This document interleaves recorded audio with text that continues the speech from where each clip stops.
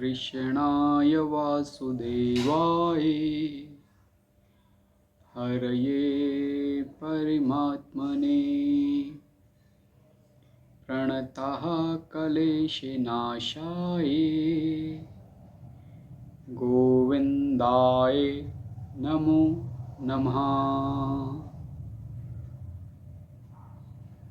गोविन्दाय नमो नमः।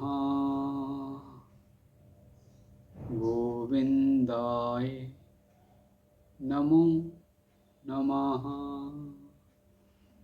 श्री कृष्ण जी की प्रेरणा से श्री शिव महापुराण की कथा का अध्ययन किया जा रहा है, जिसमें अभी तक हम 4 अध्याय समझ चुके हैं, सुन चुके हैं, जान चुके हैं।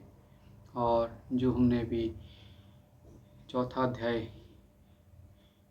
इसका अध्ययन किया था, उसमें हमें जानकर पता चला कि किस तरीके से भगवान शिव अपने निर्गुण रूप से सगुण रूप में आए और किस तरीके से भगवान शिव का सगुण रूप का स्मरण ही हमारी सभी यातनाओं को, सभी परेशानियों को, सभी असमंजसों को दूर कर देता है और हमारे हृदय में ज्ञान प्रकाशित करता है। चलिए तो फिर कथा का और आनंद लेते हुए कथा में आगे बढ़ते हैं। और आज हम 5वां अध्याय पढ़ रहे हैं। जानते हैं कि इसमें कथा किस प्रकार से आगे चल रही है। चलिए शुरू करते हैं। जय जय श्री हरि, जय जय श्री हरि, जय जय श्री हरि। कथा इस प्रकार है। भगवान सदाशिव ने कहा, हे प्रिय, हमें एक ऐसा मनुष्य उत्पन्न करना चाहिए जो सब विद्याओं में पारंगत हो और जिसके ऊपर हम संपूर्ण सांसारिक भार को छोड़कर आनंदपूर्वक विहार कर सकें। भगवान त्रिशूलपाणि के मुख से निकले हुए इन शब्दों को सुनकर भगवती जगदम्बा ने अपने बाईं ओर देखा तो उनकी इच्छा से तुरंत ही एक मनुष्य की उत्पत्ति हुई। वह मनुष्य अत्यंत रूपवान, कलावान, बुद्धिवान तथा शालीवान था। उसका संपूर्ण शरीर श्याम वर्ण चंद्रमा जैसा था। वह अपने भाल पर त्रिपुंड धारण किए हुए था। वह पीत वस्त्र धारण किए हुए था। उसका प्रत्येक अंग सुडोल एवं परम सुंदर था। वह संपूर्ण विद्याओं का निधान, महाप्रतापी, सिद्ध रूप तथा पवित्र था। वह उत्पन्न होते ही बारंबार दंडवत करता हुआ भगवान सदाशिव एवं भगवती उमा के सम्मुख हाथ जोड़कर खड़ा हो गया। उस सुंदर मनुष्य को देखकर उमा सहित उमापति शिव जी अत्यंत प्रसन्नता को प्राप्त हुए। वह भी इन दोनों को देखकर बहुत हर्षित हुआ। तदुपरांत उसने हाथ जोड़कर इन दोनों की स्तुति तथा प्रशंसा करते हुए प्रार्थना की, हे पिता एवं हे मातेश्वरी, आप मेरा नाम रखकर मेरे योग्य जो कार्य हो उसे बताइए। यह सुनकर श्री शिव जी बोले, तुम्हारा नाम विष्णु होगा। संपूर्ण सृष्टि में तुम्हारे समान तेजस्वी तथा प्रतापी अन्य कोई भी प्राणी प्रकट न होगा। तुम्हारा यश संपूर्ण संसार में निरंतर फैला रहेगा। संसारी मनुष्य तुम्हें हरि, चतुर्भुज, भगवान, अच्युत आदि अनेक नाम से पुकारेंगे।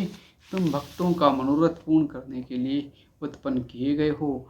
अब तुम्हें यह उचित है कि तुम तपस्या करो, जिससे तुम्हें अधिक तेज एवं सामर्थ्य की प्राप्ति हो। इतना कहकर भगवान सदाशिव ने विष्णु को योग विद्या का उपदेश दिया। तब विष्णु एक स्थान पर बैठकर तपस्या करने में संलग्न हो गए। हे नारद, वे 12 दिव्य सहस्र वर्ष पर्यंत एक ही आसन पर बैठे हुए योग साधन द्वारा भगवान सदाशिव का ध्यान करते रहे, परंतु जब उन्हें तपस्या का कुछ भी फल प्राप्त नहीं हुआ तो उनके हृदय में अत्यंत शोक हुआ। उसी समय जिस प्रकार वर्षा में बादल गरजते हैं, ठीक उसी प्रकार यह आकाशवाणी हुई, हे विष्णु, तुम मन लगाकर फिर से तप करो, क्योंकि हम सुगमता से किसी को दिखाई नहीं देते हैं। इस आकाशवाणी को सुनकर उन्होंने पुनः अत्यंत कठिन तप करना आरंभ कर दिया। उस कठिन तपस्या के कारण विष्णु के पवित्र शरीर से इतना पसीना निकला कि उससे एक नदी बह चली। उस अवस्था में बैठे हुए विष्णु जब मूर्छित हो गए, तब उनका नाम तीनों लोकों में हर नारायण प्रसिद्ध हुआ। वे इस प्रकार मूर्छित हो गए कि जैसे कोई निद्रा में शयन कर रहा हो। उसी दशा में भगवान सदाशिव की इच्छा से उन विष्णु की नाभि से एक कमल की उत्पत्ति हुई। उस कमल में बहुत सी पंखुड़ियाँ थीं। वह देखने में बहुत ऊंचा था, अत्यंत मनोहर तथा लंबा था। ब्रह्मा जी बोले, हे नारद, विष्णु को उत्पन्न करने के पश्चात भगवान सदाशिव ने मुझे अपनी दाहिनी भुजा से उत्पन्न किया और उसी कमल में बैठा दिया। मेरा रंग लाल था, मेरे 4 मस्तक थे जो चारों दिशाओं की ओर खुल रहे थे। मेरे अन्य सभी अंग विष्णु के समान ही थे। मैं भी अत्यंत सामर्थ्यवान एवं तेजस्वी था। उसी समय मैंने यह आकाशवाणी सुनी, हे पुत्र, तुम्हारे अज, ब्रह्मा, धाता, विधाता, प्रजेश, परमेष्ठी, बहुगर्भ आदि अनेक नाम होंगे, परंतु मैं उस समय यह नहीं जान सका कि मुझे उत्पन्न करने वाला कौन है। हे नारद, भगवान सदाशिव की माया तीनों भुवनों को घेरे हुए हैं। वे जो चाहते हैं वही होता है।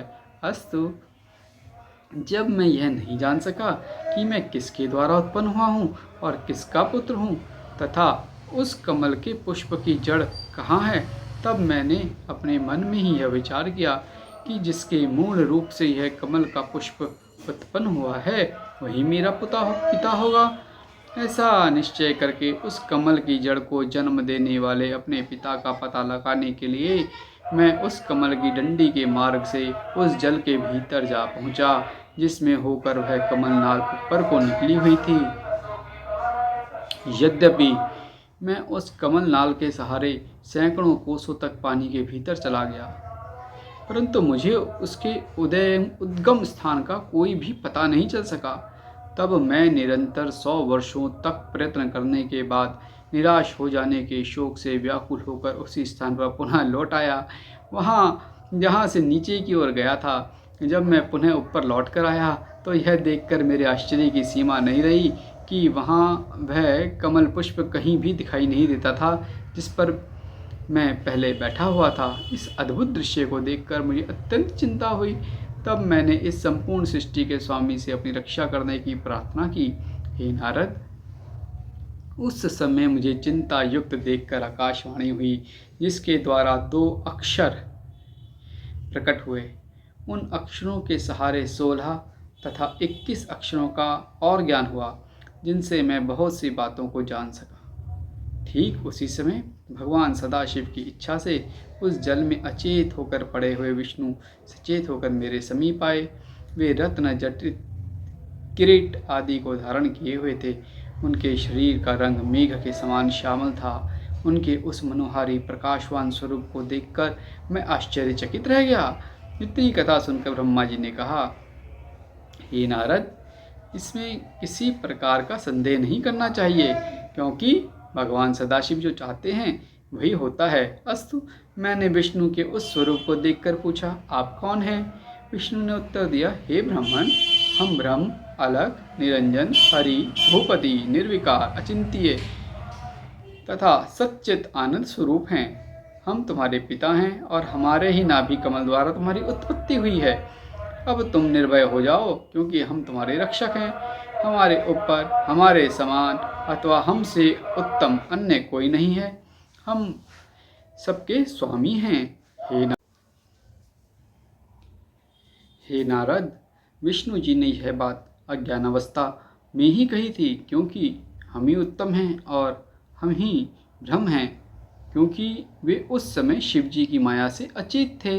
भला इस संसार में ऐसा कौन है जिसे भगवान सदाशिव की माया भुलावे में नहीं डाल देती? हे नारद, विष्णु के मुख से यह वचन सुनकर मुझे अत्यंत क्रोध आया। तब मैंने उनसे कहा, हे विष्णु, तुम ऐसी असत्य बात मत कहो और कैवल्य भाव का निश्चय रखो। यदि तुम हमें उत्पन्न करने वाले होते तो वेद हमें ब्रह्मा, पितामह, विधाता, परमेष्ठी आदि नामों से नहीं पुकारते। हम स्वयं ही तीनों गुणों को धारण करके संपूर्ण सृष्टि को उत्पन्न करने वाले हैं। अतः तुम्हें